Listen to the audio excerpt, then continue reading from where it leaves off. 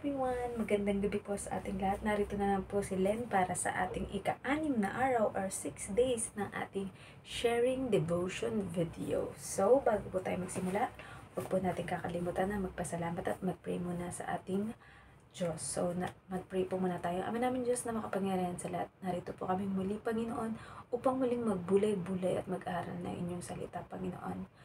Dinadalayan po namin, Panginoon, na lukuban niyo kami ng inyong banal na Espiritu, Panginoon, at amin lamang maitaas, Panginoon, at mapapurihan ang inyong dakilang pangalan, ang pangalan ng ating Panginoong Jesus, at ang pagsama ng inyong banal na Espiritu, Panginoon.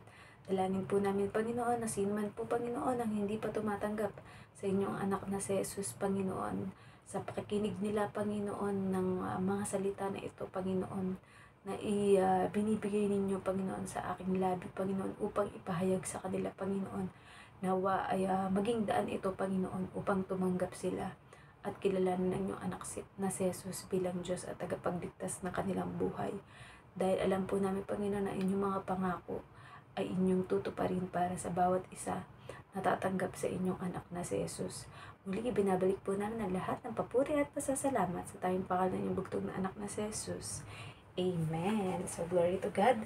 And narito na po tayo sa Lucas 17:6. Ayan, sabi dito, tumugon ang Panginoon, kung ang inyong pananampalataya ay sinlaki ng butil ng mustasa, masasabi ninyo sa punong ito ng sikamoro, mabunot ka at matanim sa dagat, at susundin kayo nito. Ang message, dito pa lang ay sinasabi ni Jesus na kahit magkaroon lang ng sinlaki ng butil ng mustasa, ang sinuman ay pwede nitong utusan ng puno ng sikamoro na iyon na mabunot at lumipat o matanim sa dagat at mangyayari daw ito.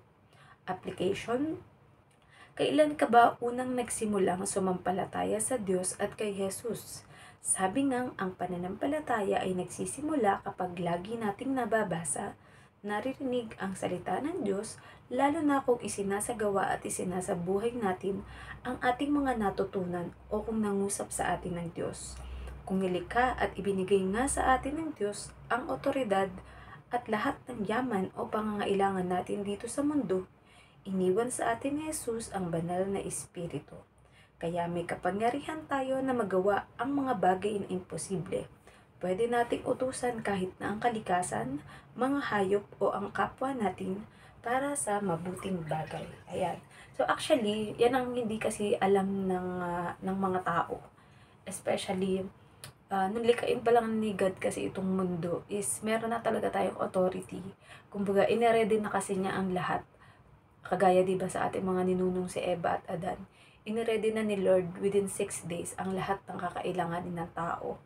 Ang liwanag at dilim or araw at gabi, mga karagatan, mga bundok, mga hayop, mga pagkain, at lahat ng kakailanganin ng mga tao ay naririto na sa mundo. Kumbaga, i-authorize na lang ng mga tao. Ayan. And yun nga, sabi, kaya nga diba may tanong kung kailan ka ba or meron ka bang pananampalataya sa Diyos? Naku, kapatid, kung wala ka pang pananampalataya sa Diyos, simulan mo na. O hanggat maaari, ayan, if hindi ka pa tumatanggap sa ating Panginoong Diyos na si Jesus bilang Diyos at tagapagligtas, ayan, pwede mo tayong i-message or i-video call para sa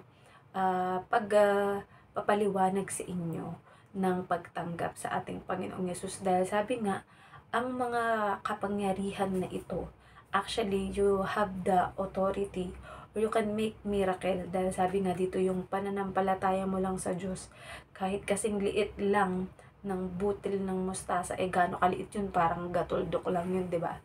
Pero, kayang-kaya mo ng utusan and yung isang bagay na kahit imposibleng mangyari, pag may gabay ng Diyos ang iyong sinabi, ay mangyayari o matutupad. So, 'di ba? Parang gagamitin lang natin yung authority na binigay sa atin ni God nung pasimula pa lamang nalikhain ang mundo, na tayo yung may karapatang mag-utos sa lahat ng bagay dito sa mundo para mangyari. Ayan. So, 'di ba? Sabi nga, our words are very powerful. Ayan, pwede kasing magmula sa ating bibig ang sumpa, ayan, o kamatayan. Ayan, pwede mong sumpain or patayin ang kapwa mo sa pamamagitan ng bibig mo. Pero, pwede ka ring makapagbigay ng buhay, pag-asa, pagmamahal, at pagpapahayag ng salita ng Diyos sa pamamagitan ng iyong bibig. Kasi 'di ba, makapangyarihan ng ating bibig lalo na ang ating dila. So hangga't maaari kapag tayo ay nasa ating Panginoong Hesus na or nasa ating Panginoong Diyos is ang laging babanggitin ng ating bibig ay puro mga kabutihan lamang. Yung mga nakalulugod sa Diyos at makakatulong sa tao. Halimbawa, meron tayong kapwa na dumadanas ng mga problema. Ayan, problema sa pinansyal, problema sa kalusugan, problema sa relationship. Ayan, pwede tayong mag-declare sa kanila ng mabubuting bagay like makakayanan mo ang lahat ng mga pagsubok na. We can pray for them, we can rebuke kung sakaling may mga sinasaniban na masamang espiritu or gusto natin na makaahon sila sa mga pinagdadaanan nila like halimbawa baon sila sa utang, 'di ba? But we will declare and we will tell to them that God will provide. And kapag halimbawa may sakit naman, 'di ba? We know that God is our healer, ganyan. And kapag feeling nila nawawalan na sila ng pag-asa, ang magagawa natin is matulungan sila na sabi nga ni Lord na come to me all of you who are weary and heavy laden. Tayong lahat ng mga napapagod sa mga pinagdadaanan dito sa mundo, napapagod sa trabaho, napapagod sa, basta maraming bagay tayong kinakapaguran.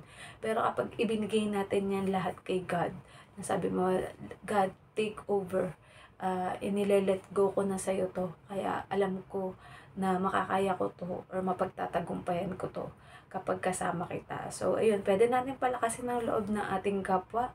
Ayan, and if any, meron tayong mga bagay na pwedeng itulong sa kanila. Dahil di ba yan nga rin yung prayer ko na, Lord, mas buhusan nyo pa ako. Ayan, pag-overflowing nyo pa ako ng mas maraming mga biyaya, Panginoon. Nang sa gayon ay maging pagpapala or makatulong din ako sa kapwa ko sa maraming mga paraan na ibinibigay sa atin ni Lord.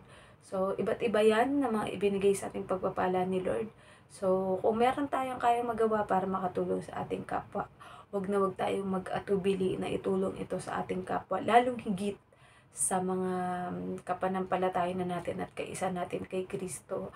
Pero kung meron iba pa talaga na lubos na nangangailangan, ayan, we know that God will provide and tutulungan tayo ni God para makatulong sa iba. Ayan lamang po ang ating sharing ngayon. And tayo po ay magpapaalam na sa pamamagitan ng ating closing prayer.